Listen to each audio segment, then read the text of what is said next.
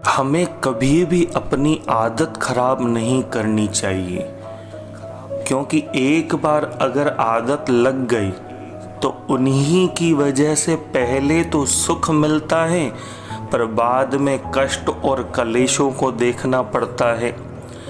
और आदत ऐसी चीज है कि एक बार लग गई तो लग गई। उसी आदत को फिर मिटाने में बहुत समय लगता है।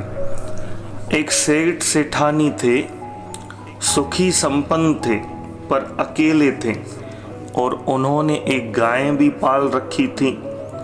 उसकी देखभाल करना, चारा खिलाना और पानी पिलाना, इन सबका निर्वाह उनका एक रामू नाम का सेवक सच्चे मन से निष्ठा से किया करता था। और समय समय पर गाय की सभी सेवाएं होती रहती, दूध भी निकाला जाता। सुबह शाम दोनों समय उस गाय का दूध निकालकर वो रामू सेठ जी को दे आता और उससे कार्य चलता रहता था।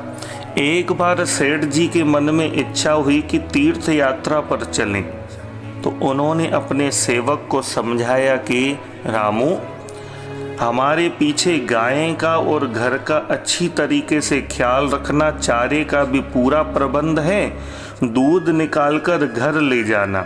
हमें यात्रा में 1 महीना लग सकता है, चिंता नहीं करना। खर्चे और अपनी मजदूरी मेहनताना के बतौर में कुछ रुपए और रख लो, पीछे से घर का भी ध्यान रखना। सेठ सेठानी तो तीर्थ यात्रा पर चले गए। सेठ जी के कहे अनुसार वो सेवक रामू उनके घर और गाय की अच्छी तरीके से देखभाल करता और गाय का दूध निकालकर अपने घर में ले जाता, लेकिन दूध को अपने घर के आंगन में फैला देता और गली मोहल्ले के कुत्ते पिल्ले वहां आकर दूध को चाट चाट कर पीते।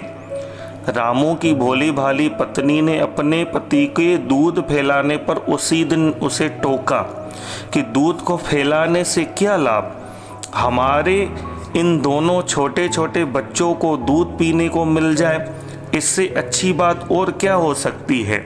आपको सेठ जी कह कर गए हैं कि दूध घर ले जाना।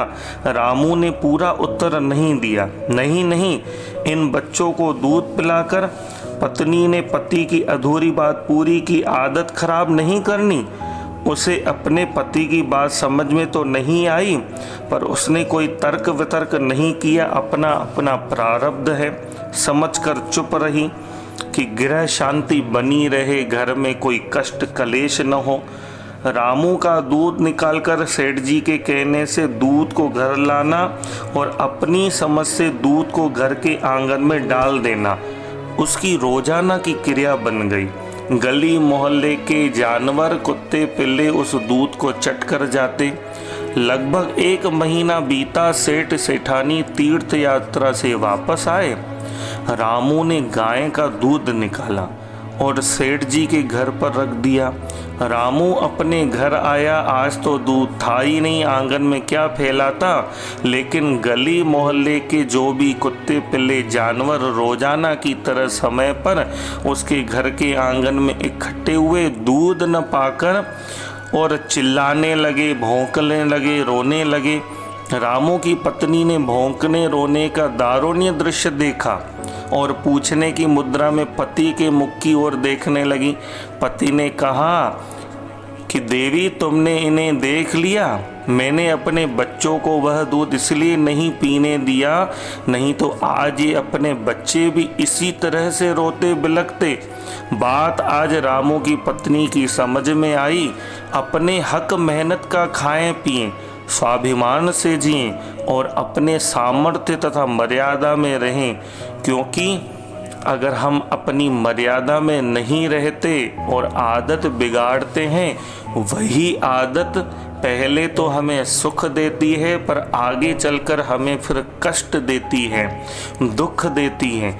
इसीलिए आदत बुरी सुधार लें, आदतों को सुधारें, जिंदगी को खुशी से जिएं, आनंद जिए, यही जीवन का मर्म है।